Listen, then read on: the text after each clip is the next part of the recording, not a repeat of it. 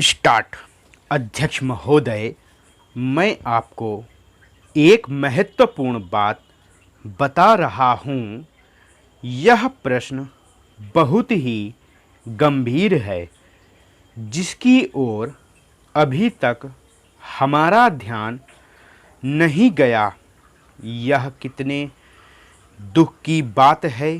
हमारे देश में मूंगफली की आवक अक्टूबर माह से शुरू हो जाती है। किसान के यहाँ से फसल निकालकर नवंबर दिसंबर तक व्यापारियों के यहाँ पर पहुँच जाती है। इस वर्ष मूंगफली की फसल देखने में बहुत अच्छी लग रही है।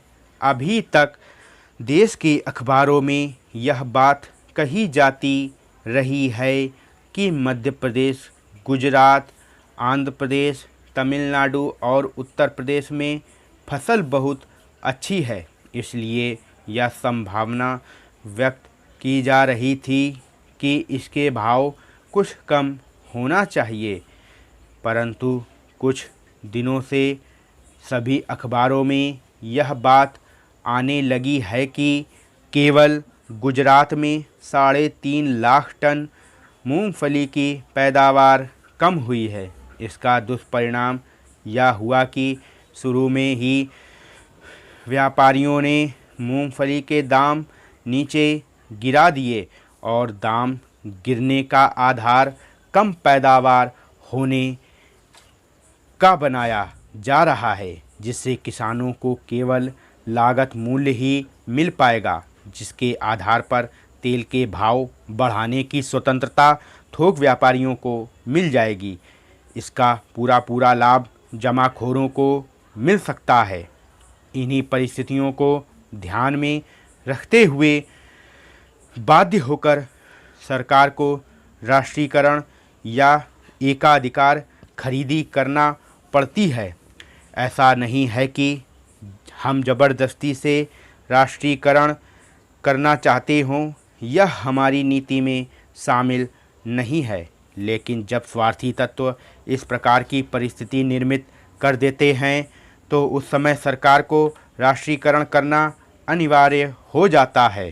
सरकार को वाणिज्य और व्यापार के क्षेत्र में राष्ट्रीयकरण या एकाधिकार करने का शौक़ नहीं है।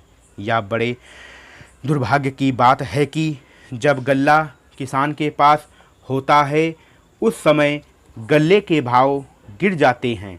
इसी प्रकार से मूंगफली जब तक किसान के पास थी, उसके भाव गिरे हुए थे।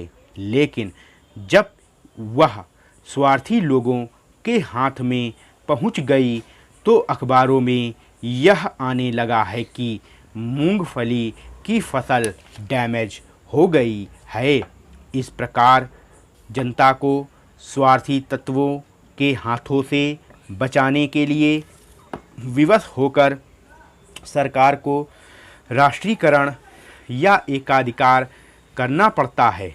अगर यह कदम नहीं उठाया जाएगा और विरोधियों के कहे अनुसार काम चलने दिया जाएगा, तो मुनाफाखोर, जमाखोर, कालाबाजारी, चोर बाजारी, घूसखोर लोग देश की जनता को भूखों मार डालेंगे। इस प्रकार की सारी जिम्मेदारियां जब बाध्य कर देती हैं, तो जनता के हित में सरकार को राष्ट्रीयकरण करना पड़ता है।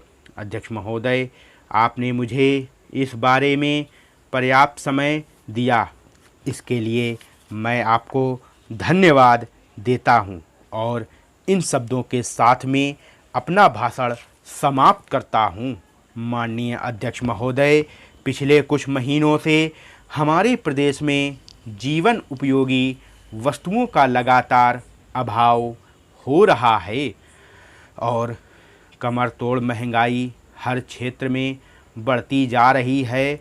वैसे तो इस देश में स्वतंत्रता आने के बाद कांग्रेस ने जब से सरकार संभाली है, जब से लगातार गरीबी और महंगाई इस देश में बढ़ती जा रही है, परंतु जितने ज़ोर शोर से बहुमत दल गरीबी हटाने और महंगाई समाप्त करने की घोषणा करता जा रहा है, उतनी ही तीव्रता से दोनों अभिशाप प्रदेश में और सारे देश में बढ़ते जा रहे हैं। आप मोटे तौर पर देखेंगे कि जितनी महंगाई पहले चुनाव से लेकर 1967 तक बढ़ी, उतनी 1967 से 1972 के बीच 5 वर्ष के कार्यकाल में बढ़ गई है।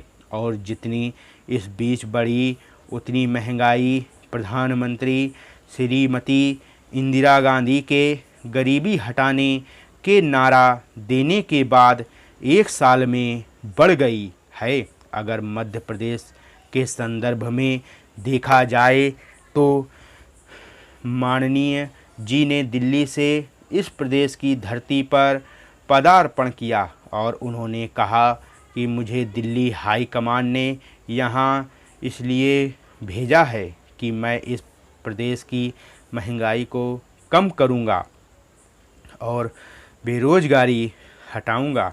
उस समय से आज तक जितनी महंगाई बढ़ी है, उतनी महंगाई पिछले 8 वर्षों में भी नहीं बढ़ी।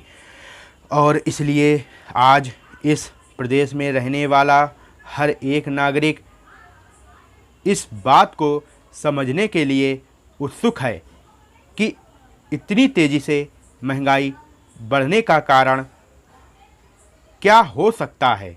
इस पर भी हमको विचार करना चाहिए। अध्यक्ष महोदय, मेरे विचार से तो इस देश में महंगाई बढ़ने के 2 ही कारण हो सकते हैं। एक कारण है प्रदेश और केंद्र की गलत नीति, जिसके कारण प्रदेश की अर्थनीति को गलत दिशा में मोड़ा गया है। बिना सोचे विचारे हमारे देश की अर्थनीति का निर्धारण किया गया और उसके साथ ही साथ नियोजन के नाम पर इस देश में प्राथमिकता पर बिना विचार किए हुए विदेशों की अंधाधुंध नकल करके कर्जे लिए जा रहे हैं।